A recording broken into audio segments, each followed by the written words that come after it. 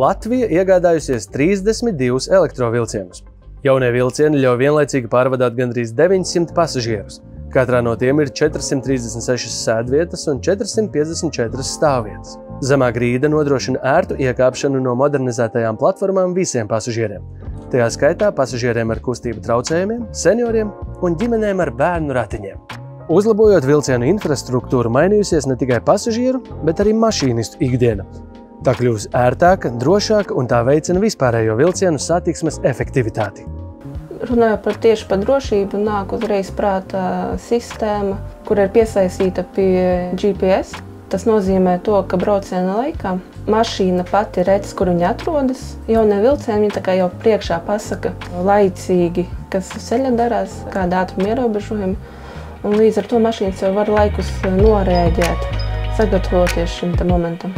Principā jaunais vilciens viņš sastāv tā kā no datora viena liela.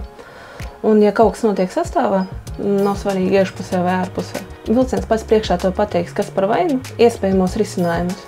Attiecīgi mašīnas tikai jāpieņem lēmums, ko darīt. Lielākā atšķirība salīdzinām ar tiem pašiem vecajiem varbūt būtu gaisa kondicionieris kabīnē. Vadība ir daudz vienkāršāka, nav vairs tā teikt jādauza rāmuri, jārausta krāni un vēl kas jādara ir viens kontrolieris, tā kā joysticks, ar to var gan braukt priekšu, gan bremzēt. Protams, nevar salīdzināt to, kā ir braukt ar vecu mašīnu un braukt ar jaunu mašīnu. Tas pats arī ir jaunajos vilcienos.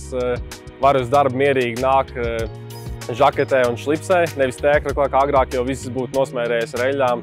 Un tā teikt, mierīgi strādāt, mierīgi un patīkami strādāt.